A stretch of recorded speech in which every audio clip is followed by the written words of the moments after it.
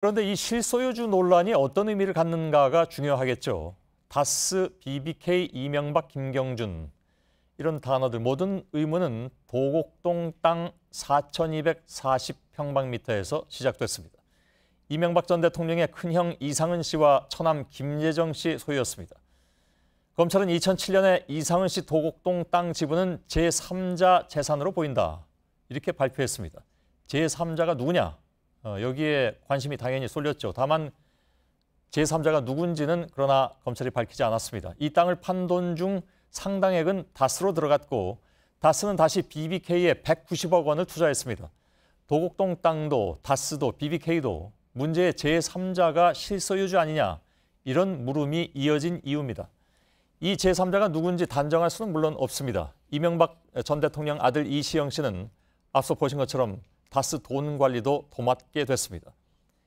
해외 법인 여러 곳 대표로도 선임되는 시점의 일입니다. 다스를 취재하고 있는 박창규 기자와 한 걸음 더 들어가 보겠습니다. 자, 어제 이시영 씨가 현지 법인의 대표로 선임됐다고 했을 때 이런 질문을 했습니다. 그럴 만한 자격이 있다면 가능한 일 아니냐? 네. 이게 저의 첫 질문이었는데 오늘도 똑같은 질문을 해보겠습니다. 최고 재무 책임자 자리에 자격이 있다면 앉을 수 있는 거 아니겠습니까? 네, 맞습니다. 예. 어제도 제가 똑같은 대답을 드렸었는데요. 회사 경영에 필요한 인사였다고 얘기를 한다면 밖에서 문제 삼을 수는 없습니다. 예. 하지만 최고 재무 책임자가 어떤 자리인지를 생각하면 아무런 의미가 없지는 않겠습니다. 예. 전문가들은 이 자리가 특정 회사 자금의 시작과 끝을 쥐는 자리라고 말하고 있습니다. 예. 어제 보도한 대로 시영 씨는 다스 연 매출 4분의 1에 해당하는 해외 법인 대표로 선임됐습니다. 이제 자금줄도 쥐게 됐습니다. 이제 시영 씨는 그렇지만 시영 씨는 다스 지분의 1%도 가지고 있지 않습니다. 예, 예. 그 점을 눈여겨봐야 된다 하는 거겠죠. 실소유주 논란과 관련해서는. 도곡동 땅 얘기 다시 꺼낼 수밖에 없는데 검찰은 2007년에 이 전 대통령 소유가 아니다 이렇게 했었습니다. 왜 자꾸 실소유주 의혹이 반복되는 것인가? 네, 매번 공교로운 상황이 반복됐기 때문인데요. 예. 이상은 씨와 처남 김재정 씨는 이 땅을 1985년 15억 6천만 원에 샀습니다.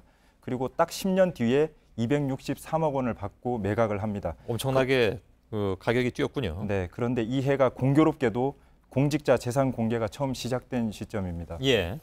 그리고 다스는 다시 BBK에 190억 원을 투자하게 됩니다. 예. BBK 핵심 인물 김경준은 2011년 140억 원을 다스에 돌려줍니다.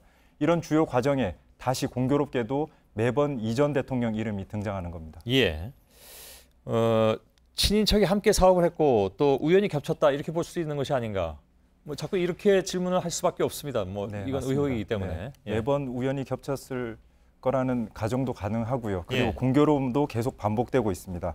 제3자 것으로 보인다던 도곡동 땅처럼 마치 다스도 매우 특이한 지분 형태를 나타내고 있는데요. 한 법조인은 다스에 대해서 특정인이 차명으로 회사를 보유할 때 전형적으로 사용하는 방식이 나타나고 있다고 말합니다. 예. A와 B에게 50%가 조금 못 미치는 지분을 나눠주고요. 그리고 또 다른 C에게 약간의 지분을 줍니다. 그러면 A와 B 가운데 한 사람이 다른 마음이 들어도 C로 방어할 수가 있다는 겁니다. 예. 공교롭게도 다스의 지분은 딱 이런 모양새였습니다. 예. 김재정 씨 가족의 지분 변화 과정에서도 또다시 다스 실소유주 의혹이 불거진 바가 있습니다. 네, 맞습니다. 2010년까지 다스 최대 주주는 48.99% 지분을 가진 이 전 대통령의 처남 김재정 씨였습니다. 예. 이해 2월에 김 씨가 사망합니다. 부인 권영미 씨는 자식들에게 다스 주식을 1주도 주지 않습니다. 그리고 청계재단에 5%를 기부합니다. 예. 더 큰 문제는 상속세를 현금 대신 주식으로 물납을 하게 됩니다. 그 이유들이 뭘까요? 다스 같은 비상장 회사, 특히 이렇게 알짜 회사는 주식 액면가보다 실제 가치가 훨씬 큽니다. 네, 예. 다스 주식 같은 경우에는 50만 원이 넘어가는 걸로도 평가가 되고 있는데요. 액면가는 만 원이지만. 만 원입니다. 네. 예. 돈으로 바꿔내는 게 상식적으로 훨씬 이익입니다. 그렇죠. 그런데 물납을 한 것이죠. 전문가들은 다시 한번 가정과 추론을 얘기합니다. 자기 주식이 아니기 때문에 물려줄 수도 없고 현금화할 수도 없지 않았느냐 이런 가정이 다시 한번 나오고 있습니다. 예.